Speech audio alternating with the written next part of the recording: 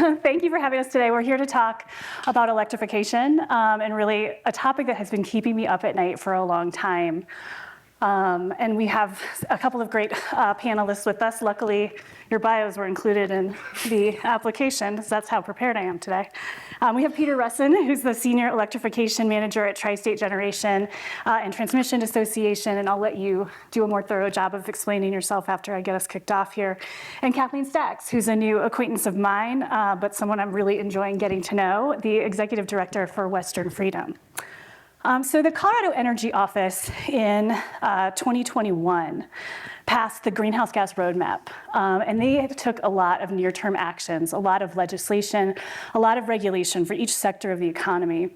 We saw effects for buildings that require a tremendous amount of electrification. Transportation, the governor has an objective to get 1 million EVs on the road very soon. The utilities are committed to reducing their emissions by up to 95% in very short-term targets. There was a bill proposed this year by the Energy Office to get them to 100% carbon-free electricity by 2040. And we're going to talk about how hard that is. Oil and gas, we've obviously seen and worked on a tremendous amount of rules around electrification. We have greenhouse gas intensity targets. We have NOx targets. It takes a tremendous amount of electricity to move that forward. And then we have what the Greenhouse Gas Roadmap called the residential, commercial, and industrial sector. Colorado has 22 energy-intensive industries in the state, everything from refineries to cement plants to Evraz, Rocky Mountain Steel. So lots going on in that space. They have to reduce by 20%. We just did a midstream rule in December that is also going to require a tremendous amount of electrification. And so we're going to talk today about what that looks like and what that can mean. But before that, I will go ahead and turn it over to Kathleen. She has some slides to introduce herself and kick us off, and then Peter, and then I'll ask a few additional questions. Thanks, Christy. And it is really good to be back at the Energy and Environment Symposium. I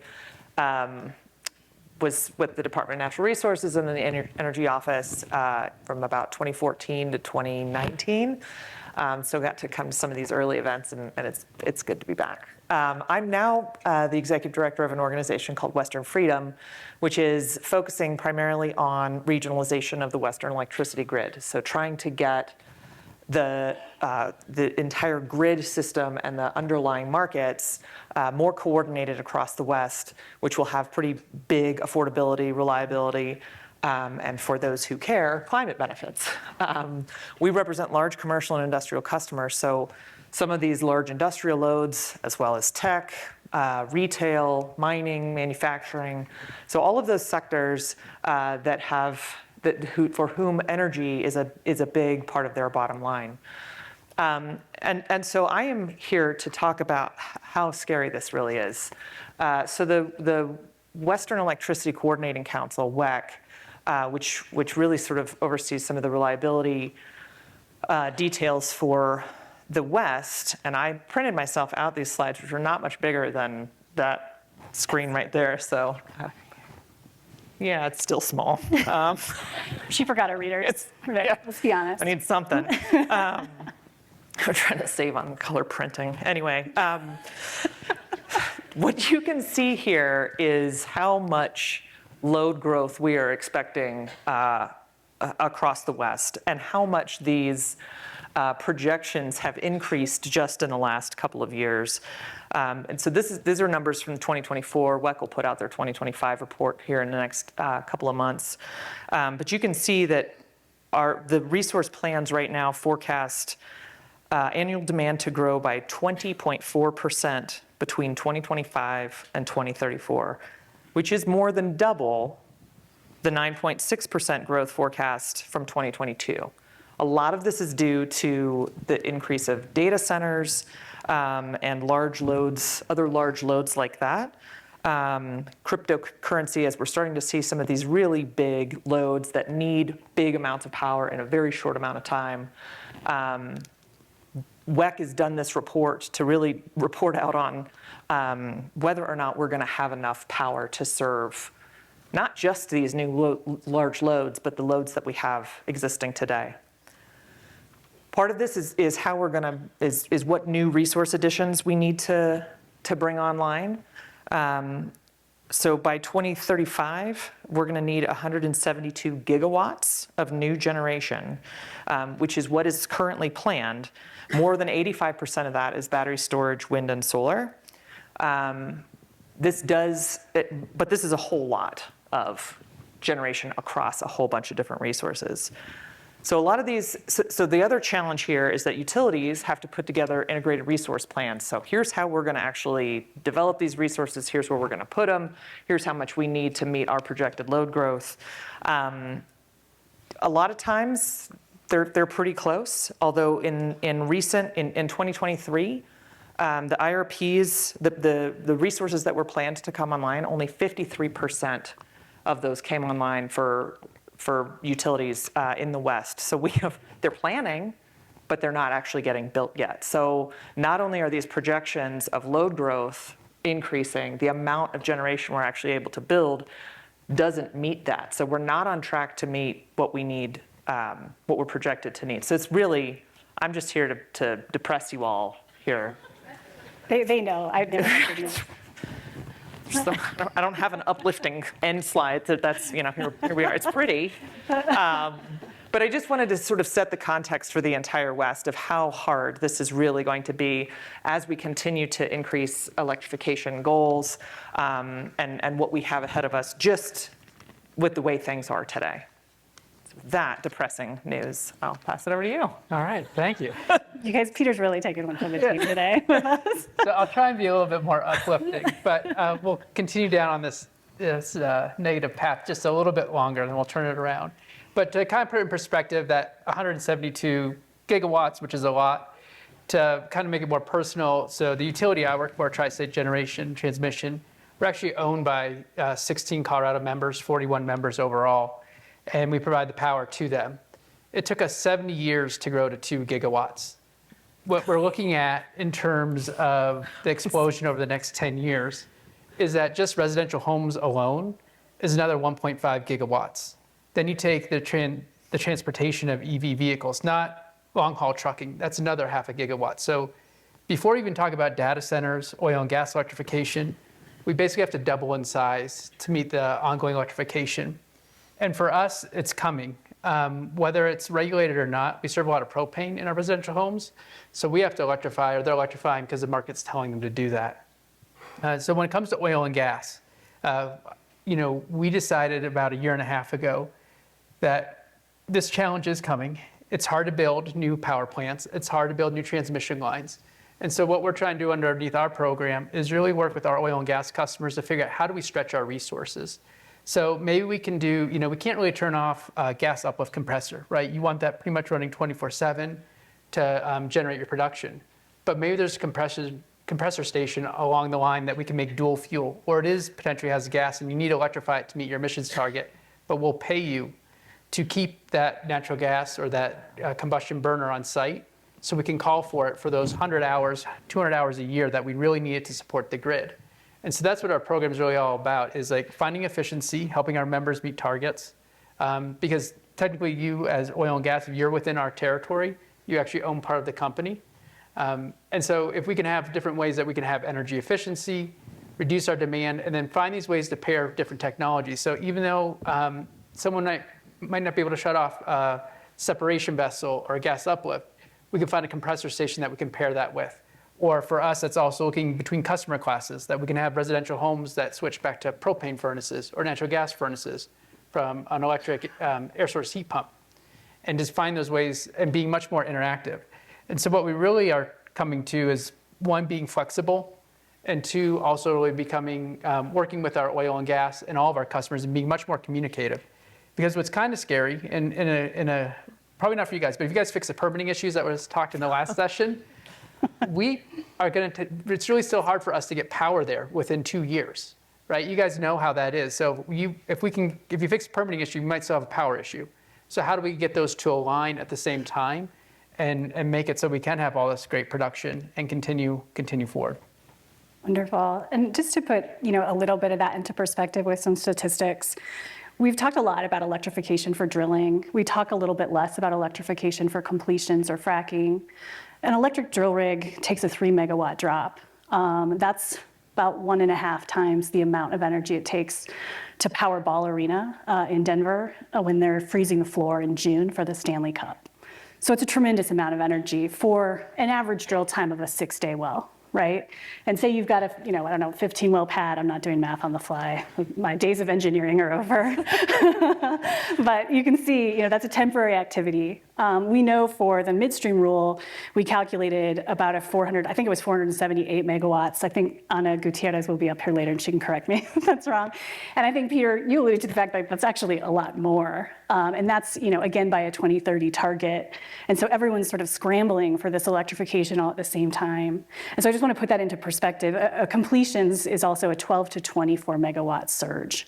So a tremendous amount of power for a very temporary activity. And so we need to think about the cumulative effects of all of these things with buildings, electric vehicles, everything, how that all works, so that we can help our utility partners meet the needs and demands that are being put upon us from a regulatory perspective. So my first question for you, Peter, is what is Tri-State's plan for build out, particularly for temporary versus more permanent load growth, and how is that balanced? So, we really are looking for, on the permanent side, it's midstream. That's where we're putting a lot of our effort and looking for those dual fuel opportunities, whether that's if they're going all electric now, being part of the process early, or retrofitting, trying to keep those assets online so we can use them when it needs to be. And to be honest, with the upstream side, that's sort of our temporary. We're very worried about shut-ins and things of that nature, because while you guys buy the oil and gas, you build the infrastructure, you pay for that, we all pay for the generation. So if that load goes away, we're still stuck with that. And then all of a sudden, it's not just on your books, it's on everybody's books. And then think about the person at the end of the street, they're paying for that generation that's no longer needed. And so temporary is tough. We focus a lot on efficiency and smaller aspects of that, but that's where I think distributed resources that Kathleen's gonna talk about make a lot of sense on those temporary. And electric drilling, I don't know if I will get in trouble for this. We hate it. Like, it is really tough for us. It blows up the distribution grid.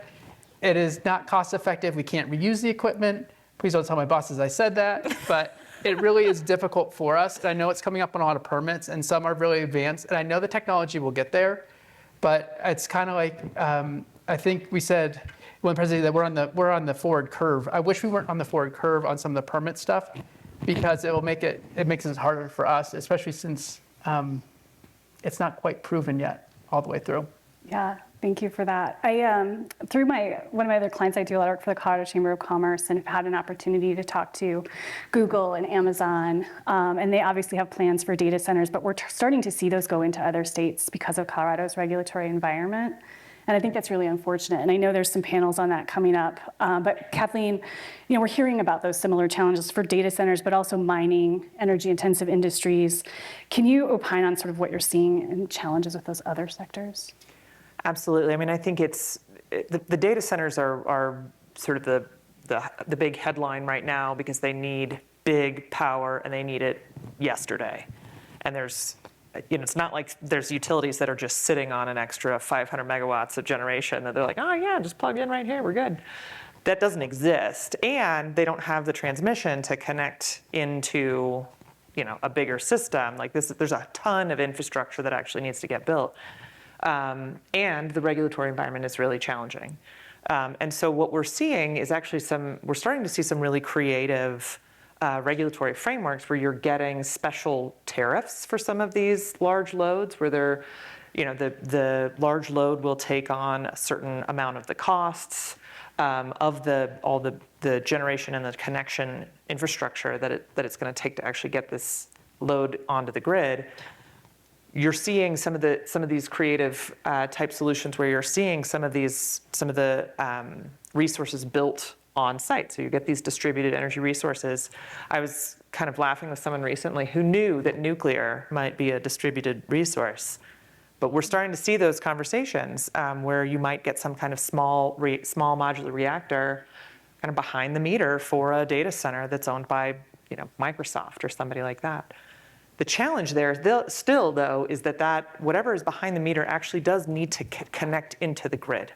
And so it still has to be part of the bigger ecosystem, because for utilities to be able to manage that as part of the bigger system helps with all of these efficiencies that Peter's been talking about. So I think what we're starting to see is some real creative thinking that has the potential to really benefit some of these large existing loads as well, especially if you're going to need, relatively small, I'll say 10 megawatts, pretty quickly versus 250. But I think there's a lot of new thinking in these ways, and it's forcing states and utilities and commissions to really think very differently about how to do this. Yeah, great. We're going to move on to a different sort of talking about infrastructure and technology. Peter, I wonder if you can discuss sort of like the demand with the demand increasing, what are the biggest bottlenecks you see with scaling up renewable energy and grid capacity? Yeah. Well, one of the biggest bottlenecks that we do have isn't necessarily at the transmission level, at the generation level. We're one of the few utilities that does have a little bit of excess capacity, and we are building out. The issue is trying to get the power into areas, especially, you saw Weld County on the first couple maps. That's a lot of power in one spot and needing a lot of transmission to get power. Even if we have it in one part of the grid, it's tough to get it there. The one thing I would say is that a lot of oil and gas is usually behind a master meter. And typically you put in for 20 megawatts, knowing what your build out was going to be as you go down the road or as you go out farther east. Now a lot of times you go in and that power's already gone. So you might have planned for 20 megawatts, but someone's come in behind you and sucked up that capacity. And so I think part of it is just getting to understand, being more open on one of our big bottlenecks is, which we're coming across and we're overcoming, is understanding build outs and future planning. Because that helps our planners really get the power there in, say, if you know where you're going, we don't need to know the exact, they don't need to be exactly 100% precise, but if we know roughly there's going to be another 5 megawatts in there and it's already been sold, that we have to upgrade some transformers and some other substations, it helps us out a lot. So just understanding building is really key for us. Great. And Kathleen, can you touch on the energy storage and distributed generation, things like microgrids, on-site solar? What role do they play in mitigating some of these challenges? I think all of these, I'll call them smaller generation resources, are going to be really important, but they're only a small piece of the pie. There's a whole, we have to solve these challenges with as many different tools as we possibly can. There is, utility scale generation is not going to solve everything. Distributed generation is not going to solve everything. And even the combination of those two is not going to solve everything. I spend my days working on markets so that, in times of stress, Colorado could rely on its neighbors for excess energy and actually buy and sell in a geographic footprint that's bigger than any given weather system, especially as we're talking about more renewable resources and intermittent resources. Being able to tap into Arizona's solar when we're having a cloudy day here would be really nice, and would require us to have to build a little bit less here in the state. The challenges, of course, for Colorado, transmission connectivity. We are a pretty isolated grid in this state. In some of my spare time, I serve on the board of the Colorado Electric Transmission Authority, and that is an entity that is tasked with trying to find additional, to serve as a different tool to getting transmission built, and really thinking about it as from a regional perspective. How can Colorado build lines that utilities may not necessarily want to, be able to, it's not in their territory, but being able, having this sort of transmission developer of last resort to help connect Colorado to other states brings more tools to the table and brings more tools to customers and utilities to try to meet these challenges. Yeah, in the words of Alice Jackson, Colorado is a bit of an energy donut. Yes. we don't share. And it's, it's the Rockies, right? It's geographic too. I have 2 questions for you on equity and environment, and I'll let you pick which one you answer. And then we'll go to audience questions. So what are the environmental trade-offs of full-scale electrification, including resource extraction for batteries and grid components? Or you can choose, how do we balance rapid electrification? This is a choose your own adventure. How do we balance rapid electrification with the realities of permitting delays and local opposition to new infrastructure projects? Is there a third choice? There's monsters on either one of these Nope. paths. You were voluntold, Yeah. Peter. You want to go? No, yeah, so I think, I mean, the biggest constraint that we have, it's kind of 95%. It's really easy to get to 95%. So when I talked about the residential, the growth that we have, right? That is if we do it smart. And we can still add 1.5 gigawatts to our system if we do it smart. If we don't do it smart, we have to add 4 gigawatts. And that difference, that 3 gigawatt difference, is for the last 5% of clean energy. We can easily get to 95%. So the trade-off is you could get to 100% electrification, but it's going to be really, really costly right now. Now, the technology keeps on improving, so we can get there someday, I believe. But right now, that last 5% is so cost prohibitive that it really will drive up electric rates if we have to go full 100% in every single sector. So I think, I know there's, for local governments that are here, if you're thinking about trying to electrify all your residential housing, maybe give some wiggle room on that one, knowing that there are some other industries that are also facing pressure. And if we work together, we can get to 95%, have cleaner air, cleaner water, but also not really stretch our budgets and have increased electrical rates. So I think everybody in this room knows that energy is not a zero-sum game, and that there are trade-offs to every single aspect of the entire energy system, whether it's development, whether it's electricity, whether it's developing oil resources for refinery purposes. All of these things have trade-offs, and I think we're seeing additional challenges and pressures on everything that we're doing already, given some of the tariff change. I was listening to. This is not wise. Don't listen to the news on a 3-hour drive. It's not recommend it. But one of the things that they were talking about was rare earth minerals, and the fact that China has 95% control over rare earth minerals because they develop them there, they process them there. Well, that's going to make, if we're going to try to onshore some of that stuff and do those things here domestically, that's going to take a long time, and it's just really hard. And so there are consequences no matter what our goals are and what we're trying to do. Developing more solar panels requires rare earth minerals. So there's just so many trade-offs here, and I think it is very rare that a conversation around energy development takes a whole comprehensive view, and that there are going to have to be gives and takes on all of this. Nobody is going to get everything that they want. It's just not possible. So where are you willing to give? Is it clean air or is it habitat? They're not necessarily an equal choice, but sometimes those are the two things that you have on the table. And so I think we have to be, each of us has to be willing to be curious about what the other side's position is and have conversations, because we're going to continue to have this tension, and we're going to continue to have these hard choices. And the more we can talk to the opposition, to the extent anybody's willing to have these conversations and start to understand what the real trade-offs are, we're going to be better off. That's a great segue. We have about 5 minutes left for questions, and I hope that you guys have some really good ones, because otherwise I brought my list of dad jokes. They're good. They're good. They're not really, actually. I don't even have a list. I see a question in the back there give the mic to work. Is this on? Yes, it is. Thank you guys for that very interesting presentation. I'm Wendell Kuntz from Delta County. One of the slides up there showed how many gigawatts we need here by 2035. In this room today, not only is there oil and gas operators and some very smart people, but you have a lot of county commissioners here. And we have the responsibility for land use, and which is one of the hardest things we have to deal with day in and day out. I'm hearing from CASA, the Colorado Solar Storage Association, to meet the 2035 goals, we need 50,000 acres of panels, solar panels per year to meet that.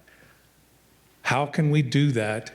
And why is it increasingly falling upon rural Colorado on private land and often irrigated lands to absorb that? This is not sustainable for us. This is our economy. This is our social fabric. Where can we go with this so that we don't lose our rural feel and our rural way of life to meet the urban needs for electricity? Thank you. You serve the rural communities. So for us, I mean, we're made up of rural co-ops, so it's not just an urban need. Our power, about 40% of our load is oil and gas across our 41 members.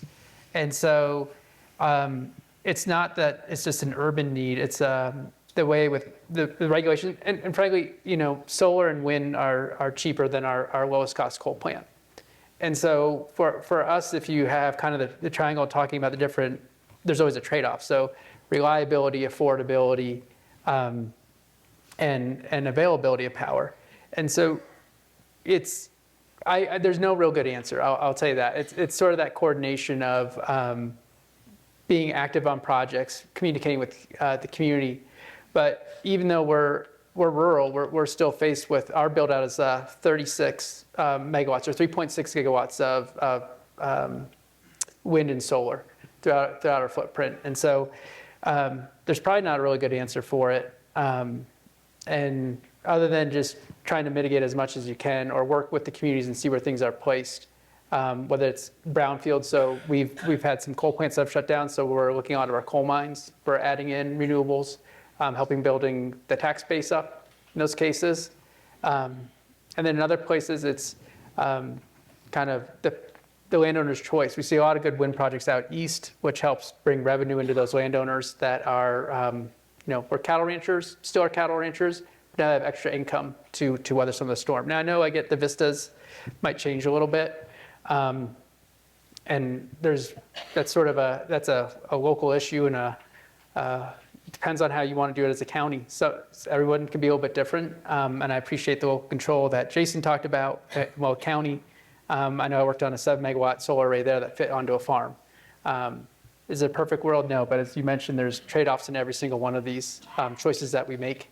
And some of them are out of our control. I wasn't paying attention, so I'm sorry if I'm going out of turn, but I think we've got a question here. We've got about a minute left. Thanks, Willados PB again. 2 quick questions. One, I've read the past couple of years about a lot of transmission component supply issues. Can you talk about some of the issues there and how that might impact, with the load growth, trying to build the transmission out? And then 2, battery storage is something that I've always thought about as like a really key component in making a more diversified renewable grid work. Can you talk about where that stands? I know it's still kind of in earlier-ish stages, but where those advancements are going and how that's looking. Thank you. Yeah, you want to take the batteries? I'll take the transmission. No. Okay. Well, on the transmission side, I think it's supplies have gotten a lot much easier, but we finally there's still some bottlenecks. That's one bottleneck that we do have, and I can tell you 2 weeks ago we found a supplier out of South Korea that could help us, and then the tariffs happened, and so that changes the calculations of a project. So we can find things. It goes back to those trade-offs. We can find it. We can find anything we need. Just depends on what is the cost. And can we push it back a year and not have that high cost? Is that okay? So I'm not too worried about on the transmission side in terms of the availability of parts. I would be more concerned about right-of-way and trying to get right-of-way. I know oil and gas. You guys face that on all your projects, and now we have a, 100-foot tower that has 345 power coming through it. It's tough to get permitted, or not permitted, but it's tough to get the landowner rights on that and the easements. Yeah, I think, Kathleen, maybe we'll save the battery storage question for this evening, and we'll be around the whole time. Thank you again to Kirby. And I just want to point out that we made it through this entire panel without using the term consumer cost one single time. And that's a question I think we should all be talking about. Thank you. Round of applause for them. All right, thank you. We're going to roll right along to our very next panel. I'm very pleased.